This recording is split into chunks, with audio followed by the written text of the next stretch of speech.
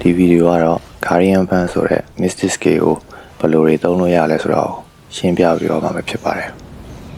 ဒီ skill က AoE damage ကောင်းကောင်းပေးနိုင်ပြီးတော့ camp တွေရှင်းတာကနေစပြီး boss fight တွေအထိနေရာတော်တော်များများမှာသုံးလို့ရပါတယ်အရင်ဆုံးတည်ထားမှာဒီ skill ကပုံစံ3မျိုးသုံးလို့ရတယ်ပေါ့နော်သူ့ရဲ့ ရိုးရိုး version က skill ကိုသုံးလိုက်မယ်ဆိုရင်ညနာမူထားတဲ့ဘက်ကို damage နှစ်ခါပေးမယ်ပြီးရင်မြေကြီးကိုလက်ဝါးနဲ့ရိုက်ချမယ်အဲကောင်က knock back ပါတယ်ပေါ့နော်ဒီကောင်ရဲ့ကူတော့ကတော့8စက္ကန့်ဒုတိယတစ်မျိုးကဒီကောင်ကအမြင့်3မီတာto 5မီတာခြားတဲ့အနေနဲ့သုံးမယ်ဆိုရင် skill က lamp light ဆိုတဲ့ form ကိုပြောင်းသွားတယ်အဲကောင်ကမိုးပေါ်ကနေစောက်ထိုးဆင်းပြီးတော့အောက်ကိုလက်ဝါးနဲ့ရိုက်ချတယ်ဒီကောင်ကပထမတစ်ခုတည်းရှင် damage နည်းနည်းပိုထွက်တယ်ပြီးတော့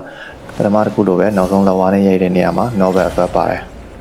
ဒီကောင်ကအမြင့်ကနေသုံးမှအဲ passive point တာမလို့ကျွန်တော်ကဒီကောင်ကို cloud stat ဆိုတဲ့ Mystic Skill နဲ့တွဲသုံးမှာသုံးရတာရှိတယ် cloud stat ကိုအရင်သုံးပြီးရင် Guardian Ban သုံးကိုသုံးတဲ့ effect ပေါ်မူတည်ပြီးတော့ကူတောင်းနေရာပြောင်းသွားတယ်ဒီကောင်ရဲ့ကူတောင်းကတော့12စက္ကန့်နောက်ဆုံးတစ်ခုက Rider Transcendence ဆိုတဲ့ effect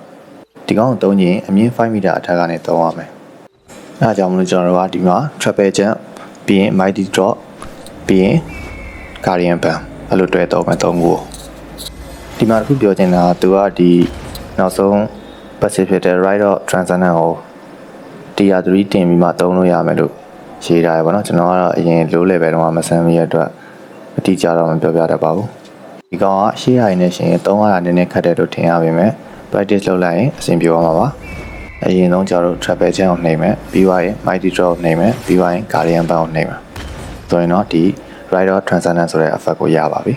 ဒီကောင် damage ထိတဲ့ကောင်ကရှေ့ရဟာလိုပဲအောက်ကိုလက်ဝါးနဲ့ရိုက်ချတဲ့အချိန်မှာ damage ထိမယ် knock back ဖြစ်မယ်ပြီးသွားရင် follow up damage တခုတက်ထွက်မယ်အဲကောင်က air bomb ဖတ်ပါပါတယ်ဒီကောင်ရဲ့ကူတော့ကတော့60စက္ကန့်ပါ Guardian Ban အကြောင်းကတော့ဒီလောက်ပါပဲ